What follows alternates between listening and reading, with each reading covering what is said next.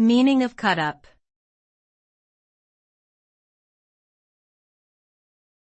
Cutup.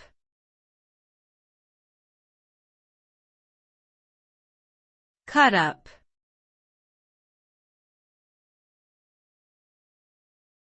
Cutup.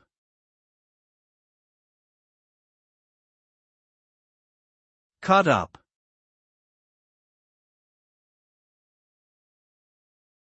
Cutup refers to a literary technique where a written text is cut into pieces and rearranged to create a new work. The resulting text often has a surreal and disjointed quality, with unexpected associations and juxtapositions. This technique was popularized by the Beat Generation writers in the 1950s, such as William S. Burroughs and Brian Gysin. Cutups have been used in art, music, and advertising, and have influenced the development of postmodernism.